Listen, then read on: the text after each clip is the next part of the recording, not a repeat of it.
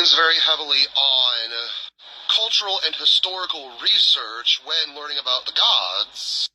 I have more questions than answers. Help is on the way, dear.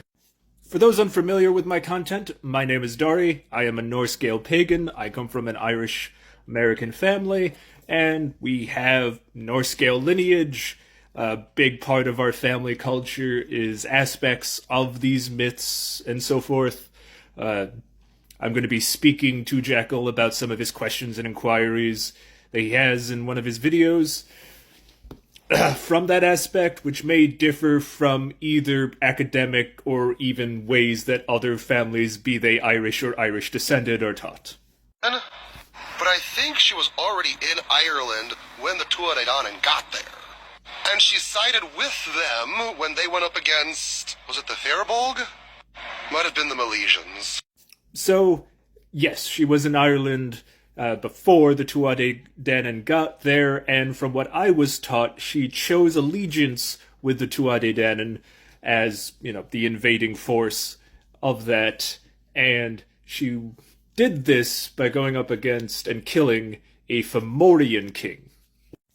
The Firbolgs were another factor and faction in the war between the Tuatha Dé Danann and the Fomorians, but I don't want to say they were a lesser thing, but they're not as talked about. The Milesians were the humans that came to Ireland afterwards to, have Ireland for humans.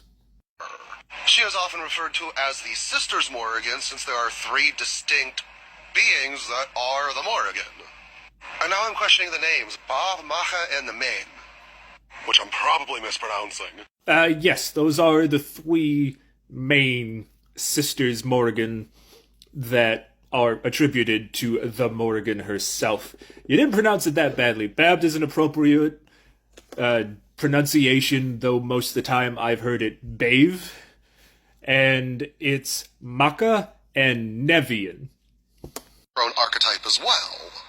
Because post-Gardnerian Wicca loves the Morrigan. Indeed it does, and I'm mainly touching on this just because specifically that aspect of the Morrigan, I do hear it more in specifically feminist circles of paganism. I'm not going to specifically say just Wicca, but it does come from kind of the duality of masculine divine, feminine divine of that thinking. And there's nothing inherently wrong with that, but unfortunately that does continue into both Radfem and TERF ideology. Are there actually three different Morrigans? Or are there three different people who got lumped in with the Morrigan type? Both. As you said, she's not really Maiden Mother and Crone, but she is 3 in 1. And has the option and many cases of appearing either as one woman or as the 3 separate goddesses in one grouping. Revered and worshipped as both. Technically, the title of them as a group is the Morrigu. Or is it all one person who became referred to by 3 different regional names? Or is it all one person who became referred to by 3 different regional... While this is possible, this is not how it's usually seen in the myth. All of the aspects of the Morrigan are sovereignty goddess of different places and are indeed treated as separate goddesses within their own right. While it is possible that this is a regional distinction from a much older Irish spirituality, it is not something that is known but is plausible.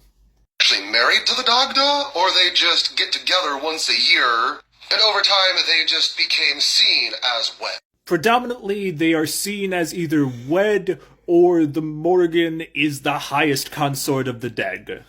Now, it is well known that the Morrigan is not the only field that the Dagda's cudgel plows. And we see this by the Morrigan's reaction to Angus, who is the Irish god of love and is the result of the Dagda and the deity Boann. The Morrigan hates that he exists with a passion. If we're to use a Game of Thrones reference, the Morrigan is Catelyn Stark, Angus is Jon Snow. I believe that was everything in your video. I always appreciate a chance to rant. This video has gone on for longer than 5 minutes, so I'm very grateful for the 10-minute feature. But yes, thank you, Jaquel. Thank you, everyone else who watched this far for whatever reason. I appreciate you. Alright, so you are right.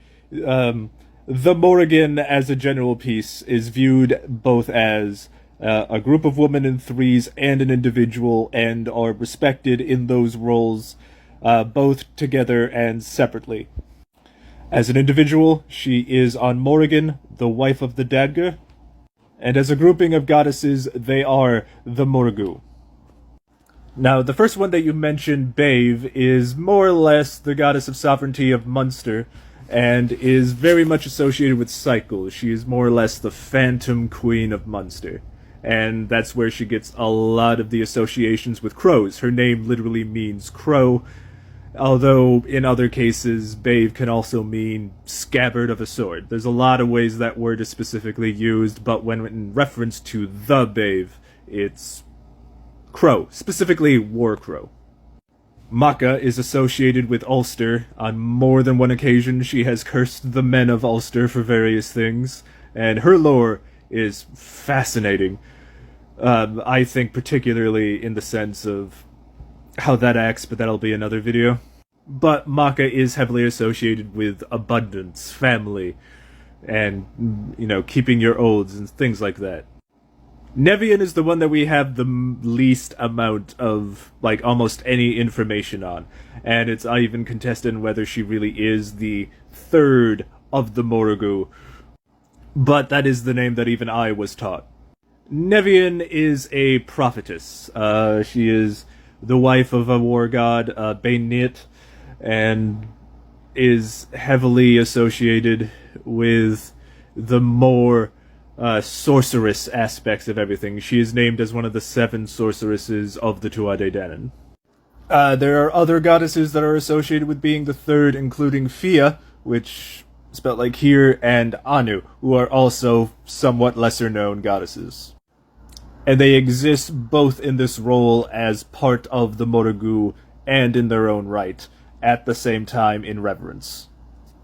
So Anu is one of those ones that's a lot like Nevian, because there's not a lot about her. There just happens to be more about her because there actually is place names named after her, and there's at least some theories based on basically the etymology of her name. She's heavily associated with twin hills or twin mountains because of feminine attributes. She's basically associated with possibly breastfeeding. But her name is also attributed to a lot of other goddesses. Specifically, it's a very popular theory that it's another name for Grandmother Danu, but that gets weird when you get into specific legends, especially localized. And the title Anand seems to just be a reference either to her as part of the Triad or to on Morrigan herself. But whenever she is mentioned, she is specifically a mother goddess, very much the giving of life, the beginning of the